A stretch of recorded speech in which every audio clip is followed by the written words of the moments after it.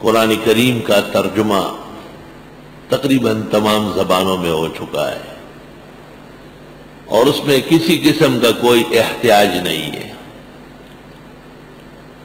قرآن مجید کی تفسیر بھی اللہ رب العالمین نے علماء امت کو توفیق عطا فرمائی ہے، اور صحابہ کے دور سے ہی تفسیر شروع ہے۔ حضرت صلی اللہ علیہ وسلم نے خود تفسیر فرمائی۔ جب قرآن مجید کی آیت نازل ہوئی، الذین آمنوا ولم یلبسوا ایمانہم بظلم، کہ وہ لوگ جو ایمان لائے اور پھر اس کے ساتھ ظلم نہیں ملایا۔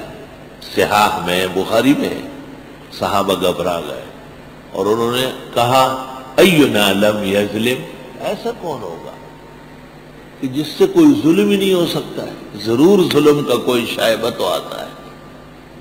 ظلم کس کو کہتے ہیں؟ وضع الشیء فی غیر محلہ۔ کیا مطلب ہے؟ ٹوپی جیب میں ڈالنا، یہ جیب کے اندر تو رومال رکھا جاتا ہے، طالب اس میں کنگھی رکھتا ہے، چھوٹا سا آئینہ رکھتا ہے، اس نے جیب میں ٹوپی رکھی، خٹکتا چاہے سپلائی دی پر سر ولی ہوئی بیا جڑی گی ابشتی گی۔ کوئی ایک آدمی نے جوتے سر پہ باندھے ہوئے تھے، جا رہا تھا، کہا یہ کیوں پہنتے نہیں ہے؟ کہا پھر پھٹ جائیں گے، پیر خیر پھٹ جائیں، ہنسی کی آنکھوں پلگا لیکن سپلائی جڑا نہیں۔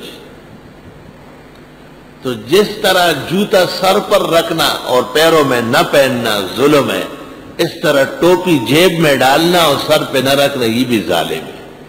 لیکن کوئی کہے سمجھائے اسے ظالم، وہ ظالم ٹوپی سر پہ رکھو۔ اور تو اور ہے، اب یہ شاخوبان والے یہ بھی یہ فیشن کرتے ہیں، کہیں بس میں جاتے ہیں یا کہیں روڈ پہ کھڑے ہوتے تو ٹوپی جیب میں ڈال لیتے۔ ہاں، ایسا نہیں، ننگے سر والے بھائیوں کو بھی سر ڈھانکنا ہے، اور آپ کے سر پر صرف ٹوپی نہیں، تعممو یا عباد اللہ، اس پر عمائم سجاؤ، پگڑیاں باندھ دو، مبادی علوم ضبط کرو، تعممو۔ امامہ سنت مستمرہ ہے، شیخ الحدیث شرح شمائل۔ امامہ سنت صلاۃ ہے، سنت عادیہ ہے، قولان مشہوران لأہل العلم کما فی المجمع والملتقى۔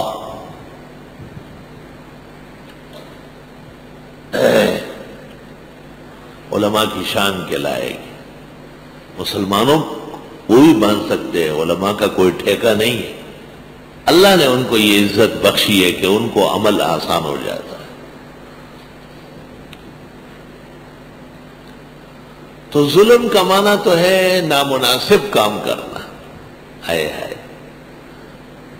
یہ کم بھی ہو سکتا ہے بظلم میں، اگر تنوین تقلیل کے لیے ہو، تحقیر کے لیے ہو، کوئی سا ظلم مراد ہو جائے، عام ہو جائے۔ اور یہی خیال تھا صحابہ کا احتیاطاً۔ حضرت نے فرمایا کہ نہیں، بظلم میں تنوین یہ تعظیم کے لیے، ظلم عظیم مراد ہے، اور ان الشرک لظلم عظیم۔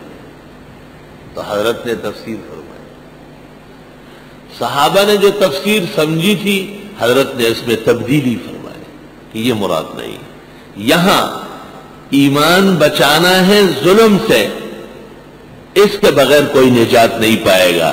اس ظلم سے مراد عام ظلم نہیں ہے بلکہ خاص ظلم ہے، اور وہ ہے شرک، ان الشرک لظلم عظیم۔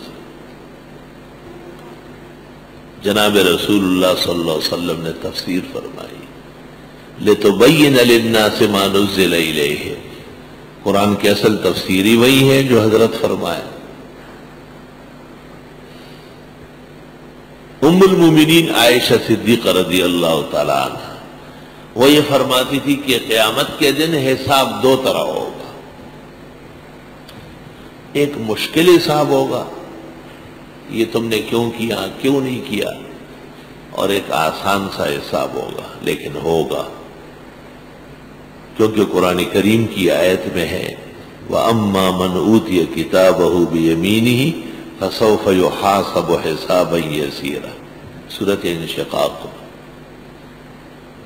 ام المومنین حضرت عائشہ نے یہ بات جناب رسول اللہ صلی اللہ علیہ وسلم کے سامنے کہی۔ آپ نے فرمایا عائشہ اس طرح نہیں، جس کی نجات ہونی ہے اس کے ساتھ حساب نہیں ہوگا، اور جس کو کہا گیا ہے فسوف یحاسب حسابا یسیرا، یا عائشہ ذالک هو العرض، یہ تو مختصر پڑتال ہے، ومن نوقش فقد عذب، جس سے پوچھا گیا وہ مارا جائے گا۔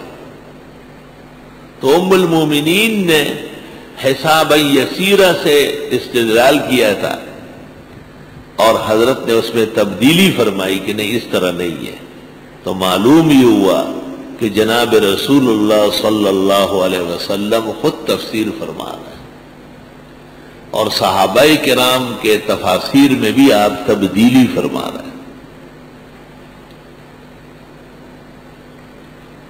آپ بلا رہے تھے اور حضرت سعید ابن ابی معلہ ایک صحابی ہے بزرگ، وہ نماز میں تھے۔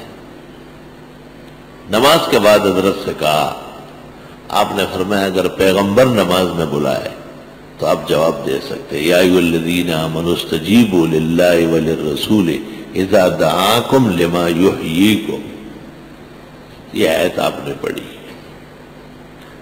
تو اس طرف توجہ ابو سعید ابن معلہ کی نہیں تھی، حضرت نے توجہ دلائی کہ یہ جو آیت کا ظاہر ہے یہی باطن ہے، یہی تفسیر ہے۔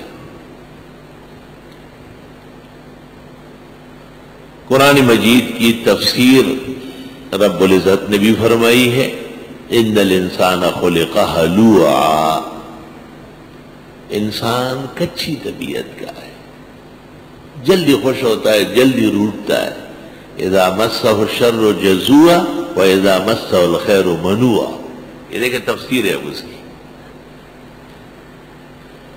فرمایا تکلیف پہنچتی ہے تو چلاتا ہے، اور راحت پہنچتی ہے تو رکاوٹ ڈالتا ہے، ناشکرہ بنتا ہے۔ تو ہلوع کچی طبیعت کا جو ہم نے ترجمہ کیا، وہ کون ہوتا ہے؟ جو نہ خیر کی حالت میں شکر کر سکے اور نہ تکلیف پر صبر کر سکے۔ خیر کی حالت میں تو شکر کرنا ہے، اور زحمت کی اور گرانی کی حالت میں صبر کرنا ہے۔ جو جس میں شکر نہ ہو اور صبر نہ ہو اس کو ہلوع کہتے ہیں۔ اللہ نے خود تفسیر فرمائی، اذا مسہ الشر جزوعا واذا مسہ الخیر منوعا، ولا یاتونک بمثل الا جئناک بالحق واحسن تفسیرا۔